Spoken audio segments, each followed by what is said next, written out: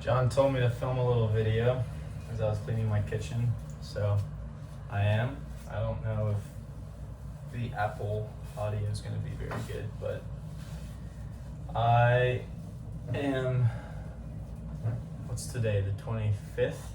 25 days into my LA experience. I just moved into this apartment that is beautiful and home. I spent all day cleaning it. And I had 3 auditions today for projects back in Atlanta that my girlfriend Melanie helped me take. And I just wanted to take some time to do a little bit of reflecting on my experience being out here, and it's been a little lonely, and I've spent a lot of time ingesting content about AI and orthodoxy and business. Alex Hormozy, if you know, you know. But I also feel like I've just been intaking a lot of gunk, and it's kind of one of those things where I feel like I could easily be becoming someone that I'm not necessarily co-signing off on. And that's a tough pill to swallow because I've been having a lot of fun just with, figuring out new things about business. And I built a website. Check out kindahot.co. I'm trying to be like a marketer, and then I look at myself in the mirror and I'm like, I'm not a marketer. Why am I trying to sell stuff when I just want to make movies? So like that. It's like, are the things that I'm spending my time doing, are they actually taking me a step further to my goal? And so I was just on the phone with my friend John, who we do a lot of projects together and have encouraged each other to make content for a long time. And he said, Nick, I think you just gotta, you're spending a lot of time at home. I think you gotta make the most of it and press record. And I was like, yeah, I know, but I also just feel this anxiety because I know as soon as I stop cleaning, I'm gonna have to get back to work, and there's just a lot waiting for me there. And so the thought of recording something else to work on in the meantime kind of makes me stressed. And so that's why I don't know if I'm gonna post this or not. But he did have a good point that the best thing I can do for myself, for my career, the snowball effect of posting and continuing to put myself out there, is, I lost my train of thought. But what I got distracted by was someone, it was like another,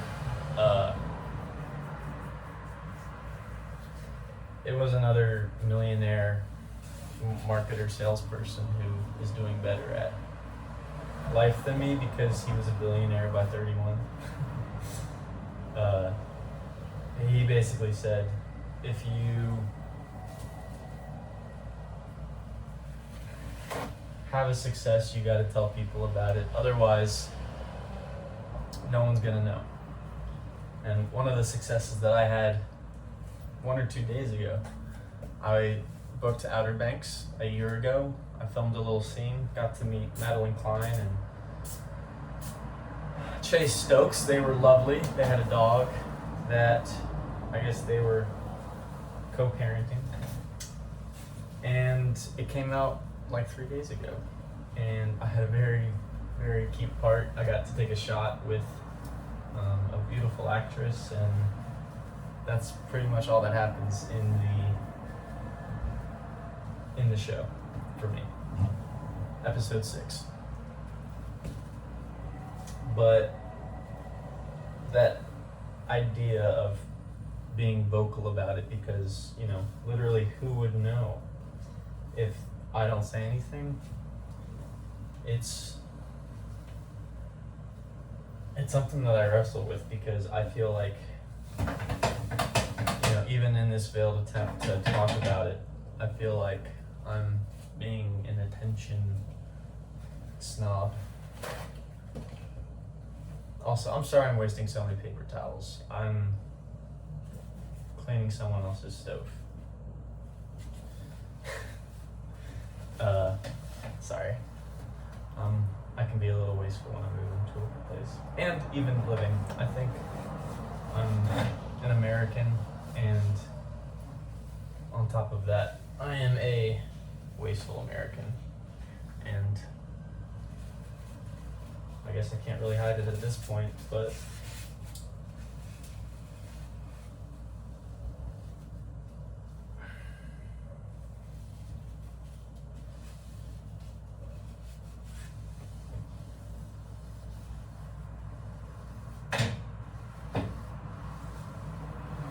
my Instagram is filled with Agamemnon posts. And I thought Ben Safdie was a good choice for the role because you never saw him. But I also thought that his voice when he was talking about his death and kind of warning Odysseus to not make the same mistakes that he made, I thought he sounded like a wimpy little kid. And I didn't realize that it was Ben Safdie. And I love Good Time. I think he's obviously a great director and a good actor too, but his voice did not match up with the suit of armor. And I thought that was a cool choice because it kind of subverted the tall, dark, and handsome, revealing him to be a little boy. Is that clean? I don't want to know. Don't tell me.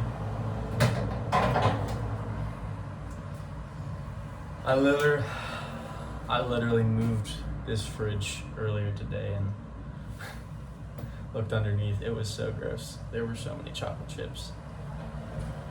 I hope they were chocolate chips. I was talking with an old man the other day, and he thought he was very wise. And I started off kind of curious because I always want to listen to, if someone has more life experience than me, I feel like it's probably a good idea to listen. But one thing that I'm becoming more wary of is the people that are more interested in hearing themselves talk than being curious about you. And I think it was Napoleon who said, "Be the most interesting man in the room by being the most interested in others." I don't think Napoleon said that, but I think it gets to a good idea of the way to get people to essentially open up, be your friends, create chemistries just by making them feel cared for and heard. And this old guy was not doing that because he was just talking. He kind of had a pre-deliberated script that he was sticking to. And I'm guilty of that all the time.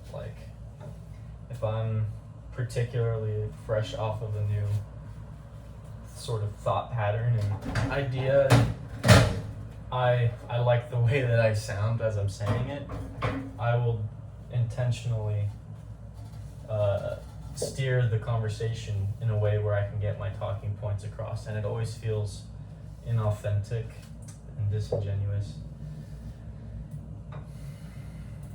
And so maybe what I'm trying to do here as well is to just go with the flow.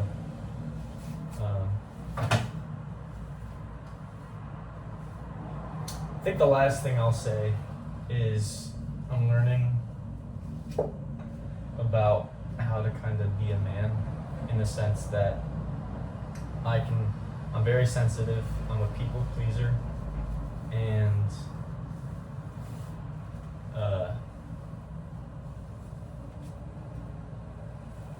I'm emotionally very thin. Like, I don't have a thick skin, and if something is wrong with someone, if someone honks at me in traffic, it bothers me.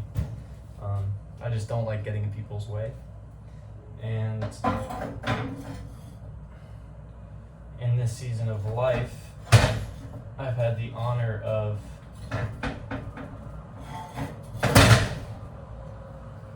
living pretty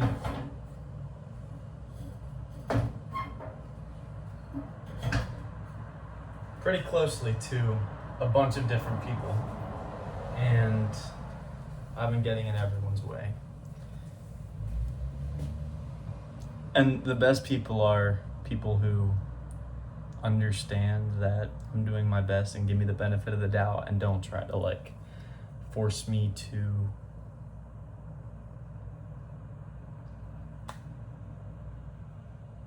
there's just very few expectations from some people, and then other people they'll pressure you to make their lives better, essentially. And I've gotten to experience both of those types of people in this new phase of life.